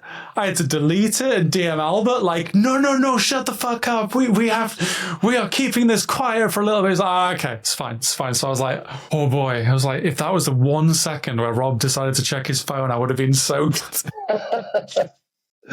Yeah, so mind when you schedule your classes, although I did feel very, very loved by my wife when she told me about the emotional roller coaster it put her through. Yeah. I think all of us are going to make you remember that till your dying day. I don't think I would necessarily take it to, like, repeating what's been said would be try it. One of the things I would just say to people to do, because I don't think I did it enough in the past, and I try and do it a lot more now, is give yourself a moment to look at the mini in the cabinet. And that's not a cabinet, that is the cabinet in Golden Demon, because that's an important place to look at it. But also in your personal collection, like Nate has his cabinet behind him, which is really nice to see. But it's just like, if you don't give yourself that time, you're going to get so wound up in the process and what do you need to do next, and maybe the little flaws that you will inevitably see. You can enjoy your work. And the thing that I took away from most of the conversations I had with people when I was like, oh, hey, this is yours, this is awesome. The first thing they would want to do is point out a flaw. Which is like, fair enough. But also, I'm not here to gas you up just because I like gassing people up. I genuinely like it. And the first thing you can do is take the compliment. There may be a time for conversations about stuff that you would change or you would do. But don't be shocked when people like your work. But also you have to like it, and you can't always just see the flaws because that's kind of a miserable existence. Get out of that. Give yourself a little moment to enjoy the work that you've produced, because otherwise you're just going to crunch in your bloody grave, and that's miserable. Right, that is it. We are done with this segment. I'm going to tell everyone out here that if you're not a.b.e.hobbies, all one word, to follow Rob on Instagram, you need to do that. Skunky Bear Mini Art, all one word, to follow lovely Rudy. And Nath, that's nath.art.right, right spelled with a W, W-R-G-H-T, on Instagram, to follow all of these wonderful people who are, if you're not, I will slap you in the face when we next meet. That's maybe a threat of violence I don't want on the internet, but that's fine. And with that, we're going to go back to Magnus and I in this weird, wonderful world of editing. Gentlemen, thank you so much for doing this with me. Hey, Editing Bruce here. I'm just going to cut back into the main podcast with me and Megs. What the hell have you been doing since Adepticon? Yeah. What have you been doing? Oh, goodness me. You've definitely not been repainting stuff. I know that you'd be putting stuff in perfectly every time. Yeah, I wouldn't ever do that. Not on finished pieces and not on work in progress pieces. So I had a couple of days of unwinding. We came home Tuesday, and that's the one bad thing about Adepticon is the travel. So I was beat. So beat. So I had a couple of days of sleep was not easy, but you could at least rest in your own home and get back to somewhat of a normal routine. And then weekend started. I think it was Friday already. And I kind of started getting back into, it was basically a week away. So I had, of course, feedback, tuition, like stuff like that. And then because I had the pleasure of traveling with Nicholas, NRM, both there and back, we got a fair bit of time to hang out because, well, you're in an airport for 1,000 hours. So just perfect time. Make you might as new well, best friends. Yeah. Talk about something. And well, I really appreciated actually the travels in general. I didn't know Nicholas too well before. I knew him a bit and whatnot, but I got to know him a bit better, and I'm super grateful for that actually. So big shout out to him for taking me on a trip. So I did not come get under my lost wing. anywhere. Get lost in the airport, forget your minis, all those usual things. Yeah, exactly. And so we were kind of talking, and he was like firmly in the like, dude, you need to sculpt some things or convert some things or do something that is maybe breaking the mold a bit. It's not like it's not like it didn't work before. I did take some demons. A gold, silver, and a bronze, yeah. So it's not, but I do agree with him, and it's also like I think it was just as much a matter of him saying, you know what, if you want to compete for that sword one day, this is a way to kind of do it. This is a way to set yourself apart, to create something a bit more special. Which is, I'm not saying it is immediately on the horizon, but he is right in his assumptions around like you don't have to, but it's definitely like extra points, right? Yeah. So he was kind of almost like teasing a bit in the sense of, yeah, you should do something cool. Stop just painting things from a box. Stop getting the stock models out, you scrub. God damn it.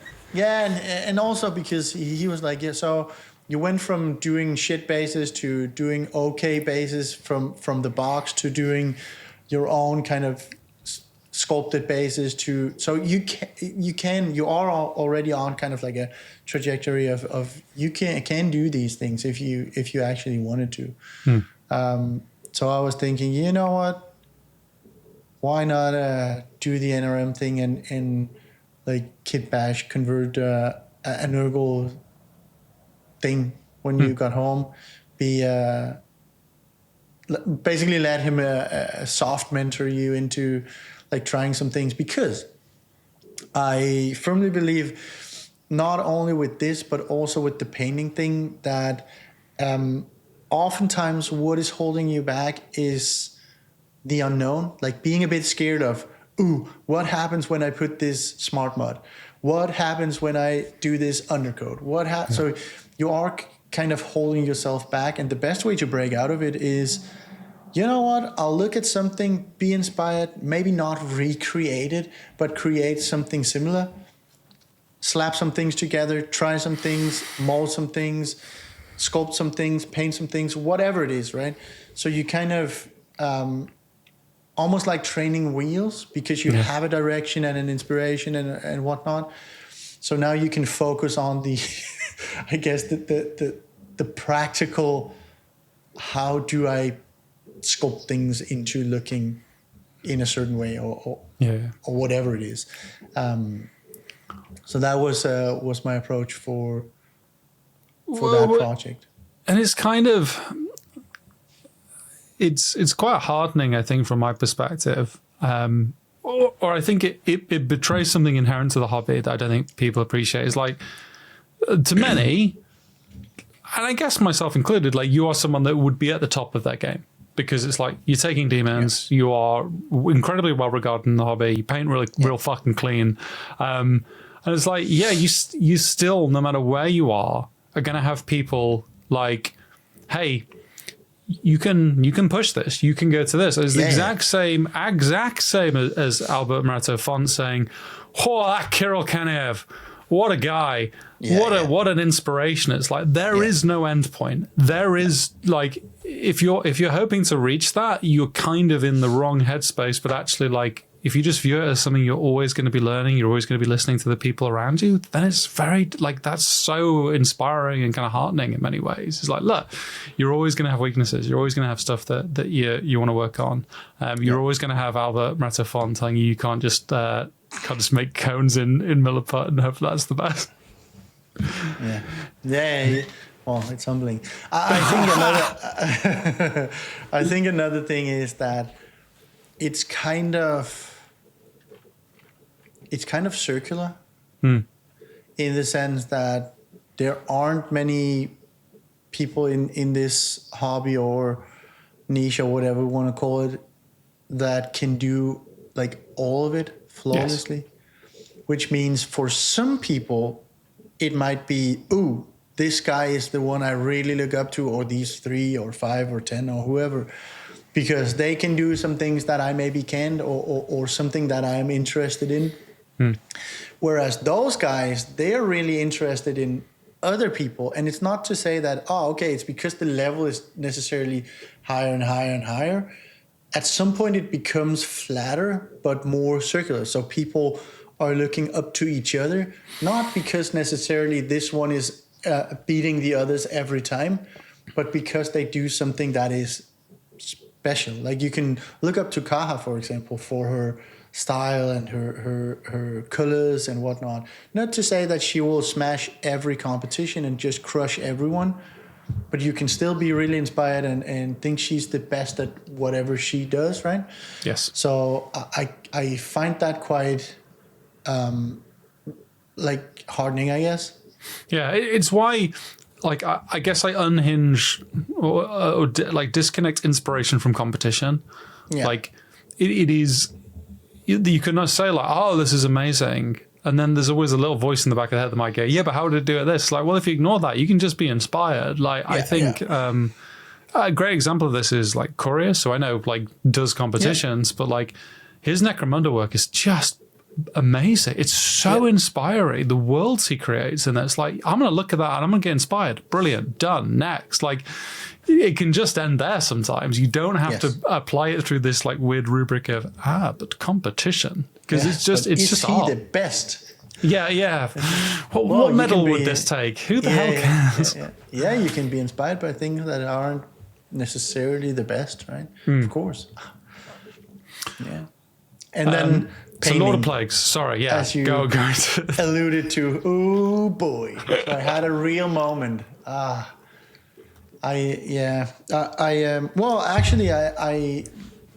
repainted. You said I looked at the base of that Trogoth, so that was basically going back, and I did a bit of slight bit of repainting. Some I wanted to add some moss for it to not stand out as much and not be as bare compared to like the model itself. On top is very detailed, and then you have a base that is much less detailed. And I thought to myself, well, that would make sense in some way, like you want to draw the eye to the detail, but it can feel a bit out of place.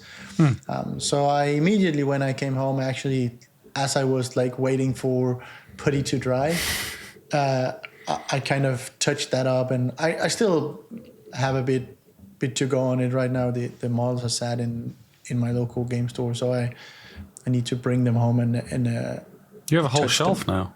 Yeah, I have my own shelf. Pretty good. Only took 4 demons, and then you get then you can have the shelf. Get a shelf. Yeah, so I did that, but then I got to, but that was kind of like, soft painting. It was touching up some things and darkening down some things and whatnot. Then I got to the real painting on the project of the of the Nurgle piece, the Lord of Plagues, and I had an idea. It's not like it was like a soft idea, like I always do, or almost always do. So I started painting and videoing and blocking in things and whatnot, and then hated it. And I was like, you know what? This is definitely not the direction I want to go. Let's paint it over in green. So it was like started out as a pink thing, and then no. green it is. And I looked at some artworks and I was like, this is super cool. I even sent it to you, and I'm like, okay, well, we can try and recreate this. Nope. We maybe could, but it was not, I didn't like it at all. Yeah. I got like, I guess 50% into the main view of the skin, and I was like hating it that even more. So I just scrubbed it again, started over. So third time, and now I'm sticking with it at least. I mean, I kind of committed to, I guess, a color scheme and a look, and I think it will work out in the end. And I talk about it a bit on the videos I did for the painting, that sometimes even I can kind of like, I guess, almost lose a bit of faith or like forget that you also kind of have to trust the process, even if you think you know what you're doing, and sometimes you don't. Yeah, well, you have to like. It's a fallacy that something. Yeah, it's like there's this idea of like, they just know what to do. Yeah. And they never have to repaint stuff, and they never doubt the project. It's like, no, that never goes away, unfortunately. Like, maybe you do it less. I still think about Eric saying, look, if you want to paint something quick, just paint it perfectly first time. It's like, right, on it. No problem. Okay, maybe, okay. So maybe Eric, but for me, immortals like myself, it's definitely not a matter of just painting it perfect first go. I'm pretty transparent with the fact that I do a fair bit of like, okay, so this reflection is a bit too small. This is not bright enough. I need another bounce here. I think. No, it's the wrong shape. I need it here. Like I do as I go through a project, have a lot of like small, bigger and small changes on it. Not like, usually not massive like on this one, where it's basically changing the most important part of the meat, the skin, just changing the colors 3 times or whatever. I usually don't do that, but I do change things as I go. And sometimes I show it, sometimes I don't. But I don't think I have had any projects where I just painted from start to finish, didn't have to make any corrections. No. Yeah. Yeah. It's not something that happens, unfortunately. No. And I guess, so one of the things I really like about Adepticon, actually, or I guess Golden Demon, maybe competition in general, is it gives you that opportunity to then reevaluate your pieces in a way where you've got distance from it. Like I do, when a project's kind of drawing to a close, there is a point I certainly get from a mental perspective where it's like, well, I can keep working on this piece forever, but there needs to be a close. Like there needs to be a point where I say, this is enough. And then you do it and it is enough. And you then see how it does in competition. And then you can ask yourself the question, okay, I now have space. Would I do something differently? And if I would do something differently, is it worth doing it? Which are 2 really important questions, it turns out. Because I came home from Adepticon, I painted a bust. That's what I did. Like, that was the initial thing, is like, I'm done with Warhammer scale. I'm not even thinking about competition. I just want to try something and have fun and go back to color mixing and almost like cleanse the palette a little bit. Yeah. And while I'm doing that, I'm going to be thinking about what I want to do. And I always knew I was going to finish those Krieg.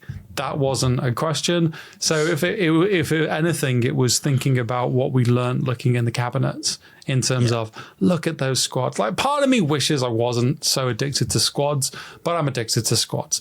It's just the way I am. I just think squads are fucking cool. I'm sorry. They are. They're so cool. And that's like, for me, that's Warhammer. Like, you see these squads pull together, you're like, hell yeah, this is awesome. Certainly 40k. I don't feel it as strong with AOS for some reason. Don't know what it is. I think it's maybe guns. I like a lot of guns. There's something in there. So it wasn't too front of mind, but it was like thinking about the planning phase and like how to base those things. But it was then evaluating how performance did, because you and I spoke about it a little bit in the hotel room, and then coming out, I was like, okay, well, the Blood Angel Captain I want to rebase. I don't necessarily think with a rebase it gets anything better. I actually don't think it does at all. But there is part of me that just is like, okay, lesson from Spiel was do more bases, get better at bases, and like largely did that, but actually went way too far the other side of like going into that more is more mentality of, look, you just shove shit in. You want that resin pour, you do that resin pour. You want to like sculpt stuff, you try that. You want to go crazy, you add 50 million skulls. It's fine. And then kind of post Adepticon being like, no, it has to have a purpose. It has to have actually like an exercise Ricky did with me recently was just asking questions, because I was drawing up a basing like thing, and it's just, here's some questions. It's like, oh, you can just do this yourself. You can just ask yourself some questions, and if you don't necessarily have good answers, maybe don't do it. So like the Blood Angel Captain, the Blood Bowl bases were the weaker bases, and are pieces that I'm actually quite attached to the point where if I saw them in my little glass cabinet downstairs with that base, it would annoy me. So I'd rather be happy with the piece as it kind of comes into its twilight phase. So I'm going to rebase them. There's a little bit of reposing maybe to do on that Blood Angels Captain that you and I spoke about, but nothing kind of particularly insane. So it's knowing that I'm going to do those projects. It's knowing about the Krieg, but just enjoying it. There is a real benefit you get to something like a competition where you just chat to people and certainly at that point, it's like, hey, you want to see what I did? You have any thoughts? I know a lot of people kind of grab you to be like, hey, what do you think? And that can really can unlock some thinking. But I'm just fortunate that I just love painting Krieg. I don't know what's wrong with me. They are exciting. Oh, they're so nice. They're cool. They're small, but they're not tiny. And then and they aren't too samey either. Not only between them, one to the next, they aren't too samey, but even on the same model, they aren't too samey. Whereas some of the other, like a Space Marine, can be a bit samey. Like if you have a normal intercessor, it's just it's a lot of armor. There's a lot of armor, a lot of particular volumes that you'll be seeing again and again. Like, hey, this Space Marine knee pad, you're going to be intimately familiar with it by the end of this. The Krieg, some of them have armor, some of them don't, some of them have codes. That's kind of fun and is a cool part of that project. But also just a rediscovery of how much I enjoy the hobby. It is so important, I think. I think there is actually something important in you saying, I'm not necessarily rebasing these because I think they will do much better. Of course you rebase because you hope so. The same for me doing the Truggath, for example. I toned down some of the mushrooms on the base, put on a different kind of texture in terms of moss and whatnot. And of course, I'm hoping it does better, but really it is less about that and more about fixing something that I think isn't right with it. Yes. And something that I'm seeing now that, maybe I would be more satisfied if you change it. And you might not be able to see that before going in because you can't, and you're also maybe I shouldn't do more now because you want to end a project on the peak. Yes. But sometimes submitting it, you can see, well, this was not the peak. Maybe it is or was, and you were just beat. It could be that, but definitely it could be a matter of it. This wasn't the peak, but I think there's also something to be said about you already painted the meanie, right? If you just leave it there, kind of retire it. Yeah. For example, the Blood Angels captain. You would be looking at it and you would be thinking, I'm not too happy with this piece. But you would be thinking, I'm not too happy with this piece as a whole, right? Yes. Whereas if you ripped it off that base, put it on something else, you might be happy with the entire piece. And you're really only doing, let's say, 20% of a piece, like the base. You're doing the base thing, and it's not that a base can be big or whatever, but it's definitely not the same effort as you already put into it. So kind of doing a 20 or 30% on top, which was exactly what I did with Dante in the end, made me much more happy with it. Of course, I'm happy that it took a demon, but really, for me, it was much more about proving, yes, I could change this. Yes, I could do a better base. Yes, I'm looking at it and I think is it a perfect piece? No. Is it a complete piece? Yes. Yes. Yeah. So I think that's quite important. And you can treat them as almost like late stage feedback, almost Yeah. You don't have to ever treat a piece as 100% done. You can if you want. You don't have to. Yeah. But you don't, it's not as if some weird demon will apparate out of nowhere and be like, motherfucker, this was done. Touched it. Yeah. You go to hell now because you have come. Yeah. Well, we don't know that. Maybe you do. Well, yeah, maybe. Yeah, we're playing with fire here. Yeah. Yeah. You stood at the gates and it's remember when you said at that podcast that piece was, you goaded all those people into going to hell? Well. God, we can't just be normal, can we? No, but it's true. It's true. You if you have the desire and the energy for it, you can definitely revisit a project. I think fully that you will have to, like, it should come from within. It shouldn't be hinging only on the result. Yeah. Because you will hate doing the work on retouching it or the base or whatever it is. But if it's something where you agree, like you're, okay, yes, I could have actually done this better, then I think it's valuable to do it, even if you maybe not necessarily aim for a better placing or even taking it. Sometimes it's like, no, I just want to fix these things that I had some feedback at Golden Demon or whatever from someone, and they pointed out these things. Yeah, you know what? I'll just fix them, and then I can put it in the cabinet and put it to rest, basically.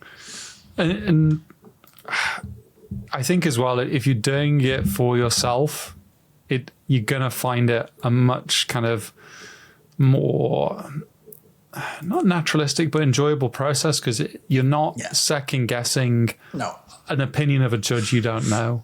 No. You can actually just be like, yep, no, I am doing this. I am doing it for these reasons. Like, I know I am touching up this base. I'm doing these for these reasons. Done. And then that fizzy part of my brain can rest, and off we go to the races for the next piece and the next piece. And like, I'm a little bit mad at myself for the Blood Bowl piece, because when I was putting that together, I was like, this base is too big. It's too big. I need to not do the base so big. And then it's like, balls, I've done it now, and I don't really have the time. It'll be fine. And it wasn't fine, but whatever. You learn your lessons, you move on. On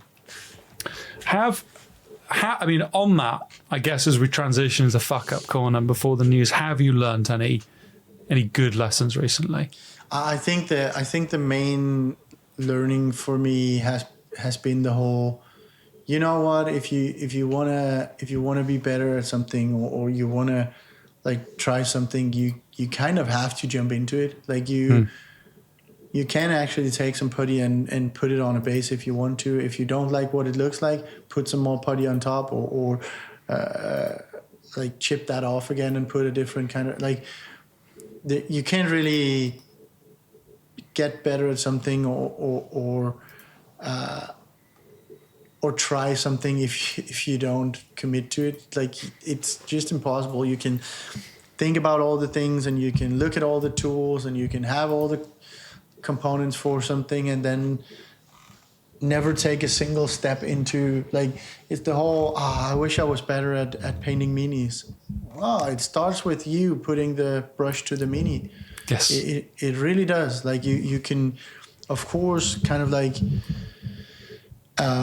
like cut some corners in the sense of the people you seek advice from, and who you surround yourself with, like if it's like-minded from community and all of that thing that we've talked about 100,000 times. But really the important thing is to get some painting done, or get some basing done, or some sculpting done, or whatever it is.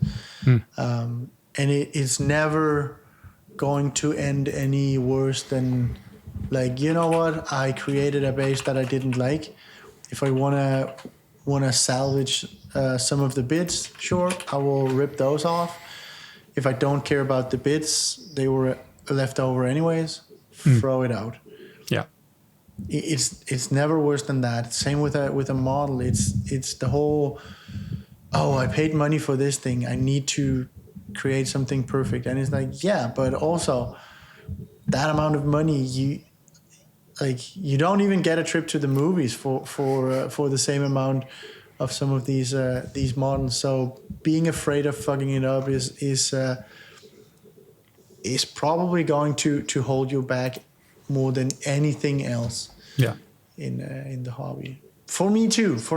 So It's not that I'm free of it. Absolutely not. I hated doing bases. I don't enjoy doing bases still.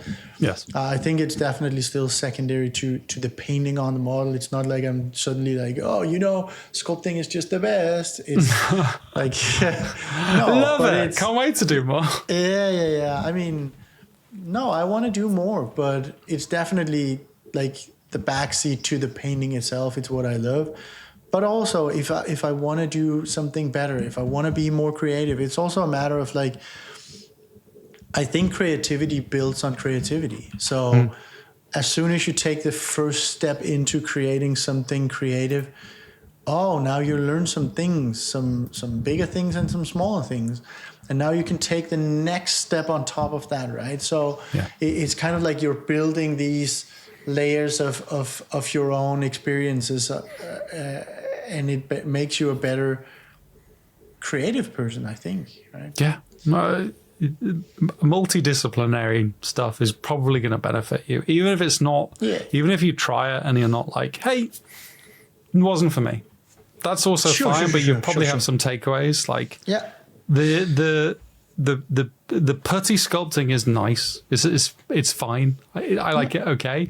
But a big part of my realization was actually looking at the old world gold piece, the Rafa's piece, and like, this is 3D designed. I do a lot of 3D design. I know how all that software works. Why have I never put these two things together like this? And so a little side project since Adepticon was getting my 3D printer working again, because I had a point I was like, I'm fucking abandoning this.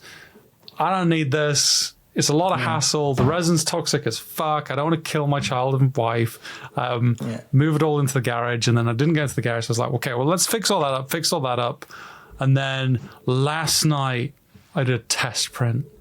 Ooh. But not of a pre-supported thing that I had bought. I had sculpted something and printed it, and it worked. Amazing. Yeah. You can actually do this. Yes, that was a game changer, because I'm like a bit of a boring person in terms of like, with the sculpting stuff, there's an element of imprecision that I kind of hate. And I know that other people have talked about how much they love it, but like, I like knowing that the radius of the base of the tentacle is 20 millimeters. That's just something I like. I don't know why. I just like understanding that that's how the piece will fit into this slot and this. And so suddenly it's like, I can make a concrete base that's exactly this size to fit these feet, which I know are exactly these size. So I'm feeling like a threat at the moment in a good way. I will say this, and like the next podcast will be like 3D printing is a mistake. Resin's awful. No one should ever get into it. No. Anyone who tries is a madman. But it is true, right? It's the same thing. And now you sculpted a small thing, so you know you can do it. Yes. So next time you can take everything you learned from that small thing, put it into a slightly bigger thing. And you go on, so on and so forth. It's the same with the putty sculpting, right? It's like, okay, so I sculpted a tree. I never did that before. It looked pretty good. Maybe if I bend it a bit more like this, or maybe if I combine it with this, like it's bits and pieces, the same as the painting. Oh, now I painted a face. That kind of face could go with this kind of body. Like it's levels upon levels upon levels, more and more and more, and in the end you hopefully reach some level of mastery, so you can be freer, I guess, in because I think actually a lot of painters and hobbyists in what we do are not like inherently creative persons. Like the same way there is a big difference between people painting on a canvas and people coloring in coloring books. I'm not saying that both things aren't or can't be impressive or whatever it is, but I'm just saying that one is definitely a more of a creative like field, and the other is more of a, I guess, craft field, right? Yeah. Do you think there's a like? Yeah. Sorry, go on. It's just to say, and I don't think that the majority of people painting minis, or maybe the more creative types, I think they're more like the coloring in people that like to do something with their hands and create something, but they also would like for like the framework to be given. I guess the only danger, this is I think more danger of someone like me, is that like you can spread yourself too thin trying to improve across the board in lots of areas. Yes. And also maybe find yourself in the trap of, I'm improving really quick at this, I'm going to throw myself into this. And it's like, okay, but you can't neglect that you have to keep improving on this. You have to keep improving. You're not seeing the easy wins or the quick wins, where perhaps like the road to improvement is a lot more personal, like feedback sessions and things like that. Like I think managing those two things must be tricky. I think the good thing is that you can kind of have more than one thing, which means, well, for most people at least, I think there is sometimes this sense of like a bit of burnout or like you're not too into your hobby, which is like pretty normal. I've had it with every hobby I've ever had. Like you have a period of high and then you get into a period of low and then you get, and kind of combining these things means that maybe painting isn't too hot these days. Yeah. But I would like to still create something that is in the realm, and then I can kind of maybe sculpt something or I can look into 3D printing or whatever it is that would be, especially now that I can feel it already, that the season is changing, right? It's getting much warmer. I can paint in the morning, and then as soon as it's like noon, maybe 1 o'clock, it's too hot for me to actually paint because of where I'm sat in the living room. Yeah. Which means I will then have to cut it for the day, and then I paint a bit in the night. But it's just to say that going into the hot season, for example, it could be that, okay, so painting is a bit of a struggle. And the days where it's too much and you still want to do something, well, maybe you kit bash something, or you look into 3D printing files or whatever it is. Like it could be anything, but it's just to say that it gives you more avenues to sink into the same hobby, basically. Yeah. I like the idea of like, look, I can't do this. And so I could boot up the PlayStation, or maybe I could work on my sculpting for a little bit. For example, yeah. Yeah, it's a fun way of thinking about it. Right. Mindful of time. Yeah. Anything that you are particularly excited by on the horizon, Max? Because we've got a new Emperor's Children releases. We have. Yeah. I'm waiting for them to put this bloody Bone Dragon on the market. I'm not happy. Oh, you want it? I want it. Like there is. I realize. I mean, I guess it's on the same vein of like going towards stuff that frightens you. Large models frighten me a little bit. Yeah, me too. Yeah. You're more experienced than me, but I remember just kind of salivating over the AOS large. I was like, you know what? It's going to be like, Magnus recording has stopped due to an incoming call. Did you cancel the? You're back on recording. It's fine. Yeah, it's just because I had an incoming call. Let me edit 11 01 11 00.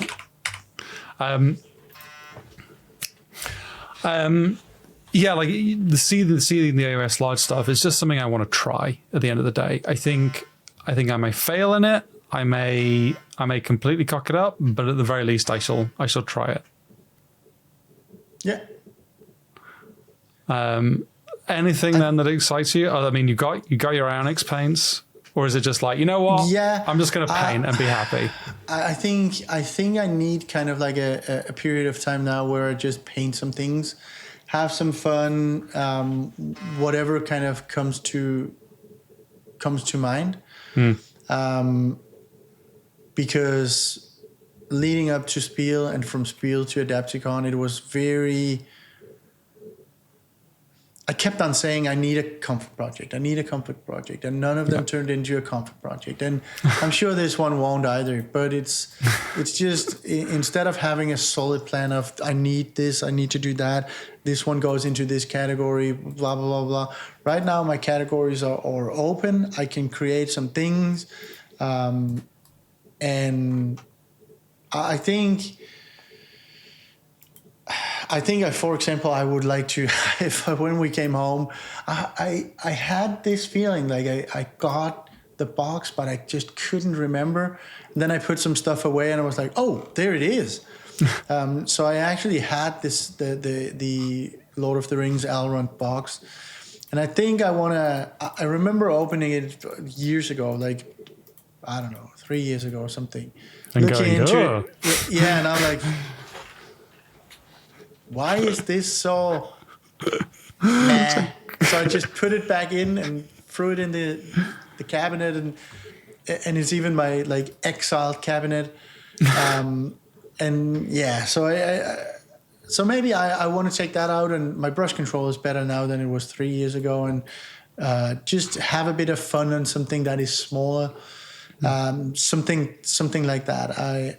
I do want the new, or the leaked Nurgle guy, 40K. The captain with the sword behind his back. Yes, exactly. Yeah. I do want that one. Will I ever end up painting it? Who knows? Yes, you will. I have some boxes of some things up there that I also kind of wanted, and then in the end, I didn't really paint any of it. I mean, I still have the Thane on a shield in a box, and then DiCello painted it beautifully. Took a golden demon with it, and now I'm like, you know what? Maybe I don't paint this right now. So what you're saying is maybe endlessly buying plastic to assuage some need is not the perfect thing to do.